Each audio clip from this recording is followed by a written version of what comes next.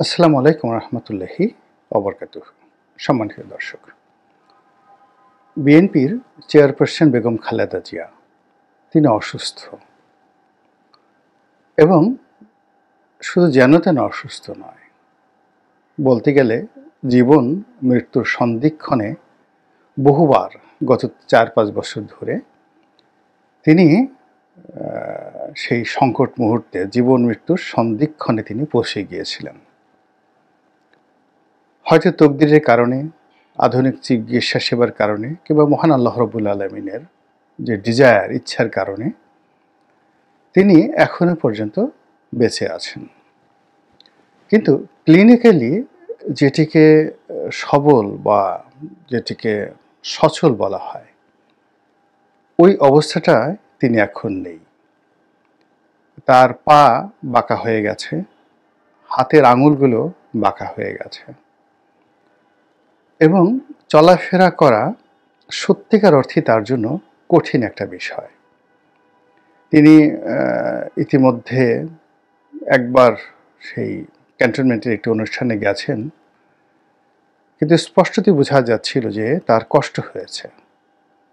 তাকে যারা নিয়েছেন, কী কারণে নিয়েছেন আমি বলতে পারবো না, কিন্তু সত্যিকার অর্থে এই প্রবীণ রাজনীতিবিদ, সম্মানিতা নারী, তার কষ্ট হয়েছে। তিনি এমনিতেই কম কথা বলেন, খুবই কম কথা বলেন, কিন্তু এই সময়টিতে এসে মনে হচ্ছে যে তার কথা বলতেও কষ্ট হচ্ছে। তারপর তার একটা চমৎকার চাহনি ছিল, সুতীক্ষ্ণ চাহনি, যেটিকে আমরা আই কন্ট্যাক্ট বলি।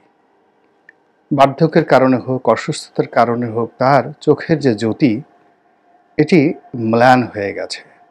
ঠিক ওভাবে তীক্ষ্ণ দৃষ্টি নিয়ে তিনি কারোর দিকে তাকাবেন, একটা সিদ্ধান্ত দেবেন, ওই পর্যায়টি তার আই কন্ট্যাক্টে এই সময় দেখা যাচ্ছে না।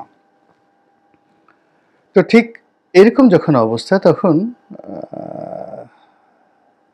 এক শ্রেণীর মানুষ এখনো অবধি তাকে নিয়ে রাজনীতির স্বপ্ন দেখেন, তাকে রাজনীতির ঐক্যের প্রতীক মনে করেন এবং তাকে বাঁচিয়ে রেখে তারপর জাতীয়তাবাদী শক্তিকে রাষ্ট্র ক্ষমতায় নেওয়ার ব্যাপারে বিএনপির নেতাকর্মীদের চেষ্টার কোনো ত্রুটি নেই। তো সে কারণে তার আধুনিক চিকিৎসা একেবারে জরুরি, ভীষণ রকম জরুরি, এবং অনেক আগেই এই চিকিৎসাটা দরকার ছিল। এবং আজকের এই অবস্থা উনি হয়তো পড়তেন না যদি আজ থেকে ৪-৫ বছর আগে তাকে এই চিকিৎসাগুলো দেওয়া হতো। এখন অভিযোগ যে জেলখানাতে থাকাকালীন অবস্থায় তার প্রতি অবিচার করা হয়েছে, কেউ কেউ বলেন তাকে বিষ প্রয়োগ করা হয়েছে, কেউ বলেন তার প্রতি যে অমানবিক অবহেলা দেখানো হয়েছে, তুচ্ছ এবং তাচ্ছিল্য করা হয়েছে, যেটি তিনি নিতে পারেননি। একটা সময় তিনি ভেঙে পড়েছেন। প্রথম দিকে সরকারের পক্ষ থেকেই, অর্থাৎ আওয়ামী লীগ সরকারের পক্ষ থেকে প্রস্তাব ছিল বিদেশে চলে যাওয়ার, তখন তিনি যাননি।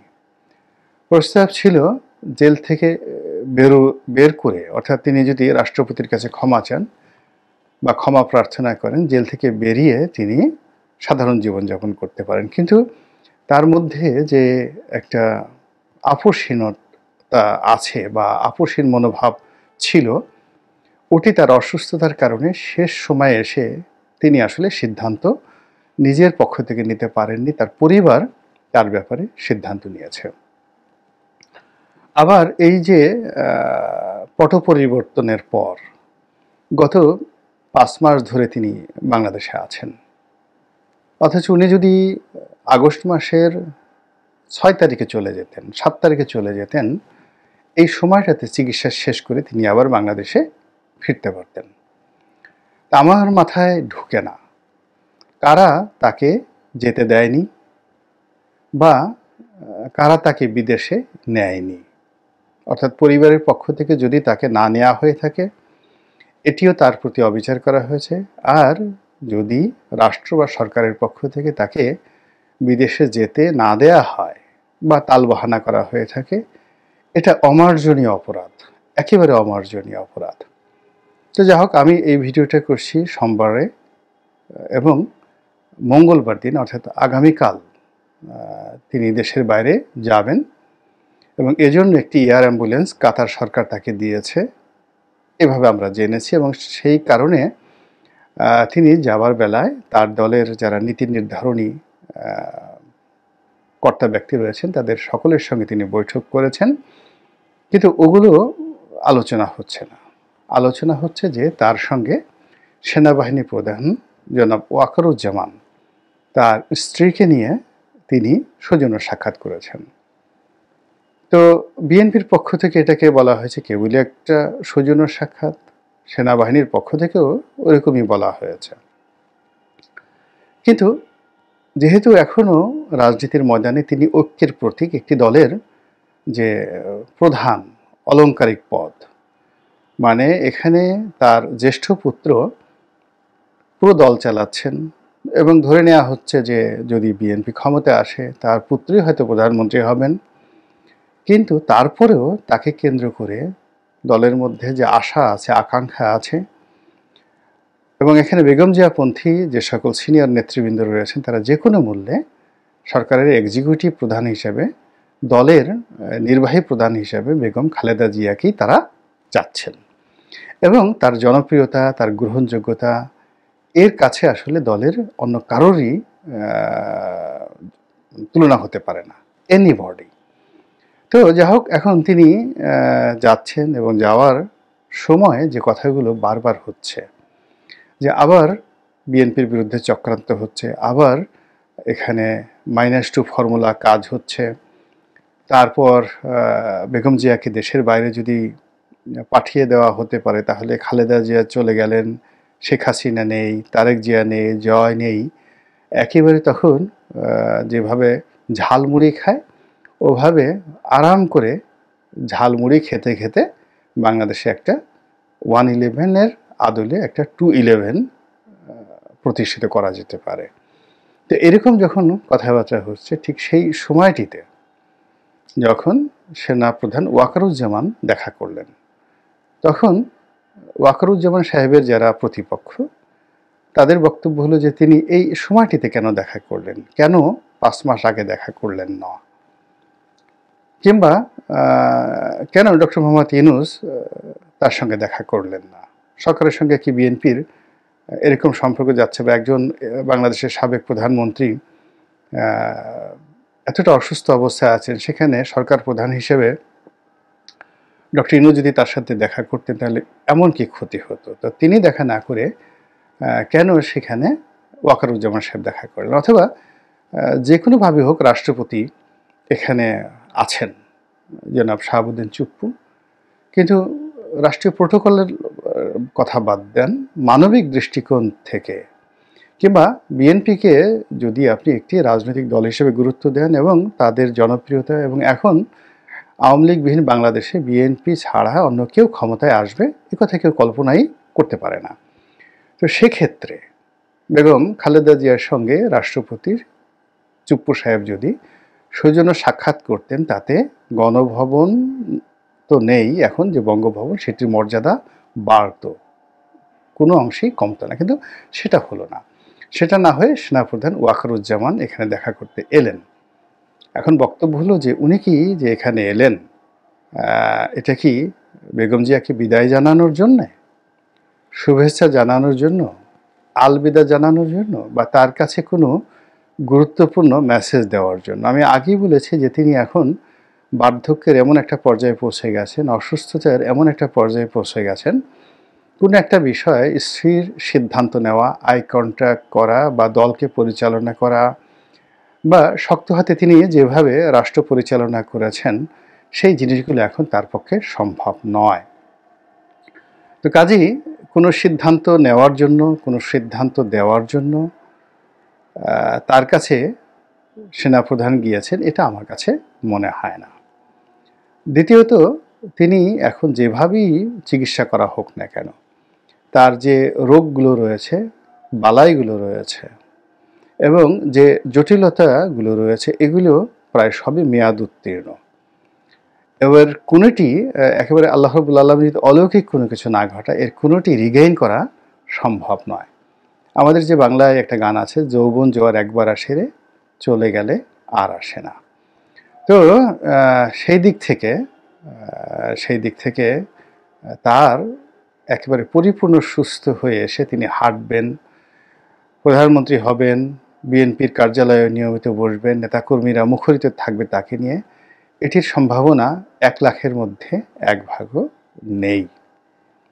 তাহলে তিনি যে যাচ্ছেন, সেই যাওয়াটা আবার সুন্দরভাবে ফিরে আসার ক্ষেত্রে কতটা যাকে বলা হয় আশাপ্রদ, কতটা আশা জাগানিয়া, এটি নিয়ে যথেষ্ট সন্দেহ আছে। 2 নম্বর হলো যে আগামীতে বিএনপির যে রাষ্ট্রের ক্ষমতা গ্রহণ, সুন্দর একটা নির্বাচনের মাধ্যমে নির্বাচিত হওয়ার যে সম্ভাবনা, এটি আজকের এই দিনটিতে বলতে গেলে 10% পসিবিলিটি, 90% এটি এখন নেগেটিভ। এর কারণ হলো এখন সবাই বলাবলি করছে যে আগামীতে যে একটা সুষ্ঠু নির্বাচনের স্বপ্ন বলা হচ্ছে ডিসেম্বরে হবে বা 2026 সনের জুনের মধ্যে হবে, এর কোনোটাই মানুষ বিশ্বাস করছে না। আর এটা বিশ্বাস করলেও বিএনপির জন্য খুব বেশি ভালো হবে না। এর কারণটা হলো সমস্ত ইকুইপমেন্টগুলো, রাষ্ট্রীয় ইকুইপমেন্টগুলো, মেশিনারিজগুলো এখন বলতে গেলে নির্বাচনের অ্যাগেনস্টে, একটা সুষ্ঠু নির্বাচন করার মতো এখন আসলে কোনো কিছুই নেই। না অর্থনীতি, না মন মানসিকতা, না ল অ্যান্ড অর্ডার সিচুয়েশন, না অ্যাডমিনিস্ট্রেশন, না জুডিশিয়ারি, না ম্যাজিস্ট্রেসি, কোনো কিছু নেই। তো সেক্ষেত্রে যদি নির্বাচন হয়, যারাই জয়লাভ করে এখানে সিল পিটানো, রাতের ভোট বা একটা তৈরি করা রেজাল্ট শিট অনুযায়ী ঘোষণা করা, এটাই বেশি হবে। এবং মানুষের একটা ব্যাপার হলো যে 20 বছর ধরে যে অপকর্মগুলো চলছে বাংলাদেশে, এগুলো রাতারাতি 20 দিনে নষ্ট হয়ে যাবে, ভ্যানিশ হয়ে যাবে, এটা আশা করা যায় না। তো এসব দিক বিবেচনায় আগামীতে বিএনপি ক্ষমতায় আসবে, সেক্ষেত্রে বেগম খালেদা জিয়া রাষ্ট্রপতি হবেন, প্রধানমন্ত্রী হবেন অথবা প্রধানমন্ত্রীর মা হবেন। এই সম্ভাবনাগুলো এখন অন্ততপক্ষে আর যে যাই বলুক না কেন, সেনাপ্রধান এই সম্ভাবনাগুলোকে প্রকটভাবে দেখছেন বলে আমার কাছে মনে হচ্ছে না। তো সেক্ষেত্রে তিনি যে তার সঙ্গে দেখা করেছেন, এটা মনে হতে পারে যে তিনি যে সিদ্ধান্তগুলো আগামীতে নেবেন, ইলেকশনের বিষয়, সরকারকে সহযোগিতা করার বিষয়, বিএনপির বিষয়, সেই সিদ্ধান্তগুলো নেয়ার ক্ষেত্রে বেগম জিয়ার ফিজিক্যাল ফিটনেস, তার আই কন্ট্যাক্ট, তার মন মানসিকতা এবং তার যে স্ট্রং পার্সোনালিটি এখন কোন পর্যায়ে আছে, এটা তার জানার দরকার ছিল, বোঝার দরকার ছিল। এর কারণ হলো তিনি সেনাকুঞ্জে গেছেন সেই সেনাবাহিনীর অনুষ্ঠানে, ওখানে কথা বলার সুযোগ ছিল না। তিনি সহজেই এটি যেটাকে বলা হয় মিলিটারি পয়েন্ট অফ ভিউ, এই দৃষ্টিকোণ থেকে তিনি বেগম জিয়ার বাসায় বসে এই জিনিসটি তিনি আন্দাজ করতে পেরেছেন। 1। 2 নম্বর হলো যে যদি আল্লাহ না করুক যে বাংলাদেশে আসলেই আরেকটা 1-11-র মতো পরিবেশ পরিস্থিতি হয়, তাহলে এই সাক্ষাৎকারটি আগামী দিনে বহু প্রশ্ন তৈরি করবে এবং বহু প্রশ্নের সমাধান এই সাক্ষাৎকারের মধ্যে থাকবে। তো কাজেই আমি এটাকে খুব একেবারে সাধারণ একটা সাদামাটা অনুষ্ঠান, তিনি শুধু দেখা করতে গিয়েছেন সাবেক প্রধানমন্ত্রীর সঙ্গে, সাবেক সেনাপ্রধানের স্ত্রীর সঙ্গে কিংবা সাবেক রাষ্ট্রপতির স্ত্রী ফার্স্ট লেডির সঙ্গে, এটা আমার কাছে মনে হচ্ছে না। এর পেছনে অনেক অনেক নিগূঢ় রহস্য রয়েছে। আল্লাহ আমাদের সবাইকে হেদায়েত দান করুন এবং হেফাজত করুন। আসসালামু আলাইকুম ওয়া রাহমাতুল্লাহি ওয়া বারাকাতুহু।